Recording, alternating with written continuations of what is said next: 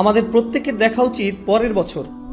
ধরুন এই রমজান থেকে পরের রমজান, রমজান তো শেষ।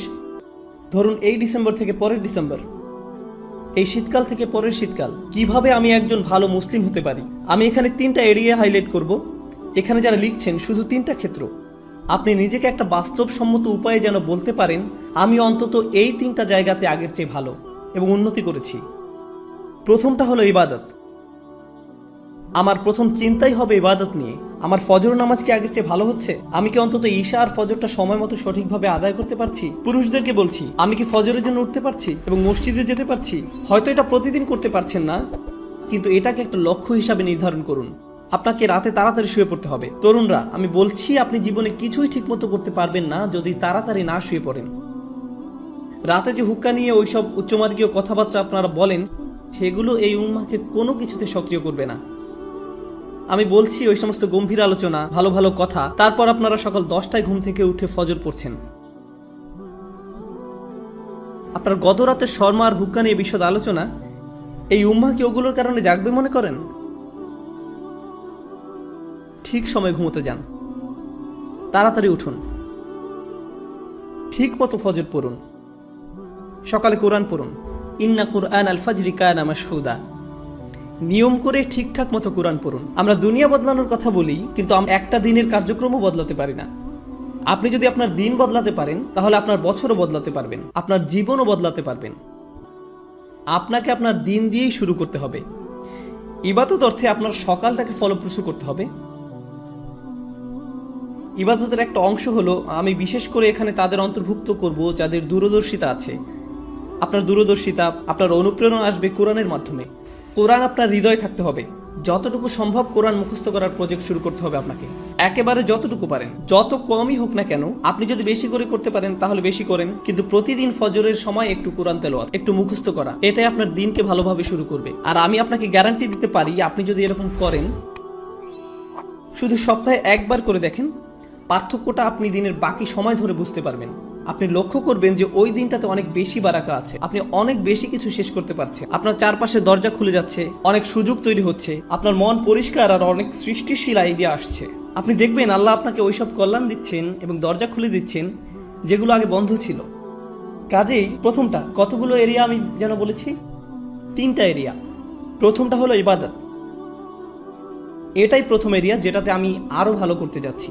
দ্বিতীয় এরিয়া, যেটার জন্য সত্যি আপনাকে ভালোভাবে খাটতে হবে, এটার ব্যাপারে মাথা ব্যথা থাকতে হবে, সেটা হলো শিক্ষা, জ্ঞান।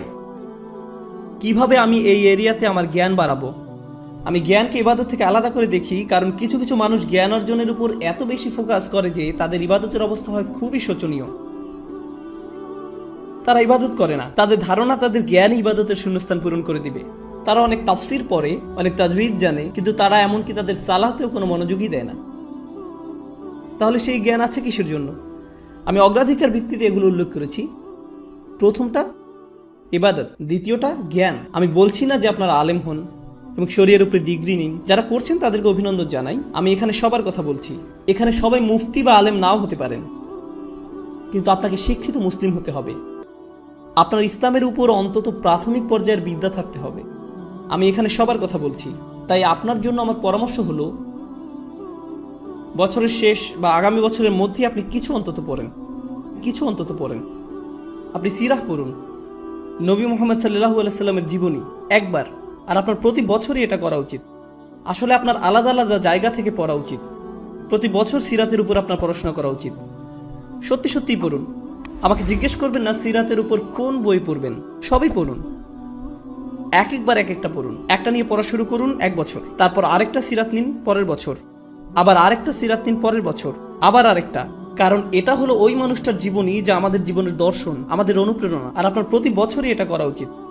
আপনাকে এগুলো বারবার পড়তে হবে। এটা আপনার শিক্ষার অংশ। এটা আপনাকে চিন্তা ভাবনা করার এবং সেটা আপনার জীবনে প্রতিফলিত করার সুযোগ করে দিবে, দরজা খুলে দিবে। সিরাত পড়লে এর মধ্যেই পাবেন কিছু সহজলভ্য এবং অসাধারণ রিসোর্স। আমার মনে হয় না এগুলো খুঁজে পেতে আপনার কষ্ট হবে ইনশাআল্লাহ। একই সাথে আপনার কিছু বাস্তবিক অর্জন থাকতে হবে। একই বছর আপনাকে প্রকৃত অর্থেই কোরআন থেকে কিছু অর্জন করতে হবে। আমি এখনো জ্ঞানের এরিয়ার ভিতরে আছি।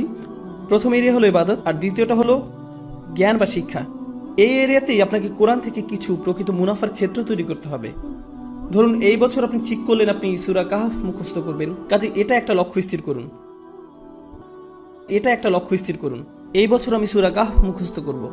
তার মানে হলো আমি এই সূরা মুখস্থ করব, এর অনুবাদ পড়ব, এর তাফসীর পড়ব, এটা শব্দগুলোর অর্থ বুঝব, সূরা কাহফের উপর লেকচারগুলো, প্রবন্ধ, পেপার যাই পাওয়া যায় তার সবই নিব, সবই শেষ করব। আমার জন্য এটাই সূরা কাহফের বছর।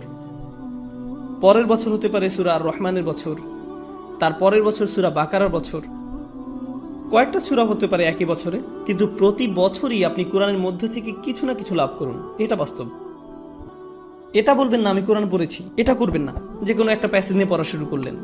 একটা সূরা বা কয়েকটা সূরা নিন, সেগুলোতে ফোকাস করুন। মুসলিম যুবকদের জন্য আমার সবচেয়ে বড় সমালোচনা হলো যে তারা ফোকাস করে না, একটা বিষয়ের উপর ফোকাস করেন, এটা ভালোভাবে বুঝেন। পরে যখন আপনি দেখবেন আপনি বলবেন আলহামদুলিল্লাহ এই বছর আমি আরো একটা সূরা মুখস্থ করেছি, আরো 2টা সূরা মুখস্থ করেছি, আরো 3টা সূরা মুখস্থ করেছি। আর যখন আপনি কোনো একটা সূরা পড়েন শুধু এটার অর্থ মুখস্থ করবেন না। কোনো ছাত্র আমাকে এসে জিজ্ঞেস করে আপনার ধারণা কোনটা বেশি গুরুত্বপূর্ণ, কোরআন বোঝা নাকি মুখস্থ করা? আমি বলি কিভাবে আপনি ভাবেন যে এই দুটো আলাদা? কেন এরকম মনে করেন? আপনি জানেন কেন আমরা কোরআন মুখস্থ করি? যেন আমরা বারবার সেটা বলি। আর যখন আপনি কিছু বারবার বলতে থাকেন তখন সেটা নিয়ে আরো বেশি চিন্তা করার এবং সেটা আপনার কাজে প্রতিফলিত করার ব্যবস্থা করে দেন আল্লাহ। যখন আপনি কোনো কিছু 10 বার বলতে থাকেন তখন আপনি এমন কিছু লক্ষ্য করেন যা আপনি 9 বার বলার সময় করেননি। আল্লাহ আরো অনেক দরজা খুলে দেন। আল্লাহে কোরআনের জন্য এটা খুবই সত্য। যত বেশি আপনি পড়বেন তত বেশি বুঝবেন, আর যত কম পড়বেন তত কম বুঝবেন। এটা অন্য কোনো বইয়ের মতো না।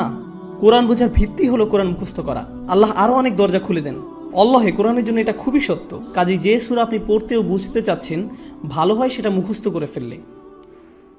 এই দুটো সবার আগে। তো আমি সিরাত নিয়ে বললাম আর কোরআন নিয়ে বললাম। এবার ইলেকটিভ বা নির্বাচক, ধরেন এটা আপনাদের জন্য এই বছরের ইসলামিক সেমিস্টার। এই সেমিস্টারে ঐচ্ছিক কাজে যুক্ত করেন। অন্তত 3 থেকে 4টা দোয়া আপনি পড়লেন,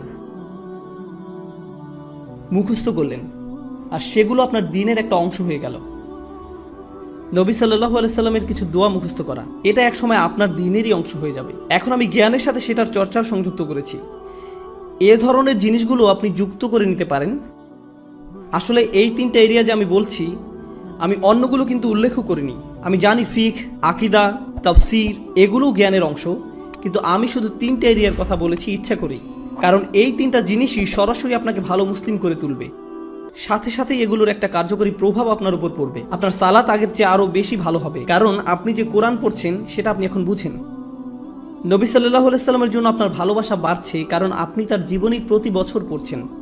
কাজে যতবার আপনি সালাওয়াত পড়বেন এটা আরো আন্তরিক হবে। এই সালাওয়াত আপনি আরো গভীরভাবে অনুভব করবেন।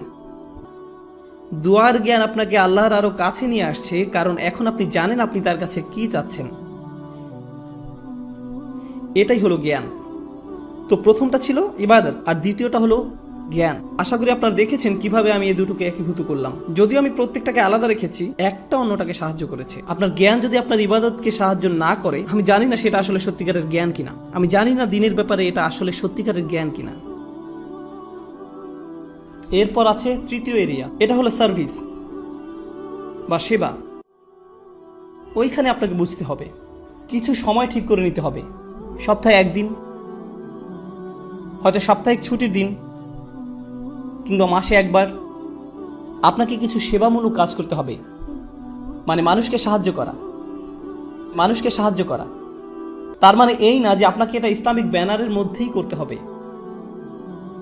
আপনি যদি স্বেচ্ছাসেবা দিতে চান, মানবতার জন্য কিছু করতে চান, এটা দেখতে খুবই ভালো লাগবে যে একজন মানুষকে আপনি সাহায্য করছেন। খুবই ভালো লাগবে। আমাদের সবকিছু নিজেদের ব্যানারেই করতে হবে এমন কোনো কথা নেই। মহৎ উদ্দেশ্যেই ভালো কাজই, সেটা খ্রিস্টানরাই করুক, ইহুদিরাই করুক, আর গেটস ফাউন্ডেশনই করুক, সেটা কোনো ব্যাপার না। যদি উদ্দেশ্য ভালো থাকে আপনি সেটাই অংশ নিতে পারেন। আসলে ব্যক্তিগতভাবে আমি মুসলিমদেরকে পরামর্শ দেই সেসব ভালো কাজে অংশ নিতে যেগুলো অমুসলিমদের দ্বারা পরিচালিত হয়, যেন তারা দেখে যে মুসলিমরাও এসব ব্যাপারে কেয়ার করে এবং এর মাধ্যমে তারাও সুযোগ পাবে ইসলামের ব্যাপারে প্রশ্ন করতে। এটা তাদের একটা সুযোগ দেয়। কাজে স্বেচ্ছাসেবা দিন, সাহায্য করুন, এমন কিছুর অংশ হন যেটা আপনার মনপ্রাণে ভালো লাগে। শুধু আপনার জন্যই সেটা করুন, প্রচার করে বেড়াবেন না, এটা নিয়ে টুইট করবেন না আজকে স্বেচ্ছাসেবা দিয়ে আসলাম, খুবই ভালো লাগছে আলহামদুলিল্লাহ, বড়াই করছি না। এরকম করবেন না। শুধু আপনার জন্যই করুন। এটা আপনাকে একজন ভালো মানুষ করবে, একজন ভালো ব্যক্তিতে পরিণত হবেন আপনি। আর বাবা মায়েরা আপনাদের যাদের বাচ্চা আছে, বিশেষত টিন এজ ছেলে মেয়ে, আপনি যদি তাদেরকে এই ধরনের কাজে উৎসাহ দিতে পারেন, কাউকে সাহায্য করার কোনো বিষয়ে জড়িত হওয়া আসলে টিন এজ বাচ্চাদের জন্য খুবই গুরুত্বপূর্ণ। এটা তাদের মানসিক পরিপক্কতা তৈরি হওয়ার একটা অংশ। কারণ টিন এজ তরুণরা শুধু মুসলিম তরুণরাই না, সাধারণভাবে সব তরুণরাই আত্মনিমগ্ন থাকে। তাদের দুনিয়াটা তাদের নিয়ে। তারা কিভাবে দেখে, তাদের বন্ধুরা, তাদের ফেসবুক স্ট্যাটাস, তাদের কতজন বন্ধু আছে, যাই হোক না কেন, ওই বয়সে এটাই তাদের কাছে গুরুত্বপূর্ণ। তারা খুবই ক্ষুদ্রমনা ধরনের। আপনি যদি ওই বয়সে তাদেরকে এরকম মানসিকতা থেকে টেনে বের করতে পারেন, তাদের নিজেদের বাইরেও অন্য কিছুকেও কেয়ার করতে শিখান, অন্যদের সাহায্য করতে বলেন, মানুষের কষ্ট বা ভোগান্তি আসলে কেমন আর এইসব ক্ষেত্রে সাহায্য করতে বলেন। উদাহরণস্বরূপ কিছুদিন আগে একটা প্রাকৃতিক দুর্যোগ হলো, একটা ঝড় নিউ জার্সি আর নিউ ইয়র্কে আঘাত করলো। আপনার থেকে খুব একটা দূরে না, ওইখানে সাপ্তাহিক ছুটিতে রেড ক্রস বা অন্য কারোর সাথে যে সাহায্য করতে পারেন, যাদের বাড়িঘর ধ্বংস হয়ে গেছে, গাছপালা রাস্তায় পড়ে আছে, রাস্তা বন্ধ হয়ে গেছে, যেটাই হোক আপনি সাহায্য করে চলে আসেন। আপনি যদি সেটা করেন, আমি আপনাকে বলছি এটা আপনাকে আল্লাহর যত নিকটে নিবে আর কোনো কিছুই ততটা করবে না। আপনি যদি এই তিনটা জিনিস করেন, আপনি তাহলে অন্তত মূল ভিত্তিটা স্থাপন করলেন জীবনে কিভাবে ভালো করা যায়। এটা আপনার জীবনের লক্ষ্য না, অন্তত এগুলো আপনি করতে পারলে জীবনে ভালো কিছু অর্জন করতে পারবেন।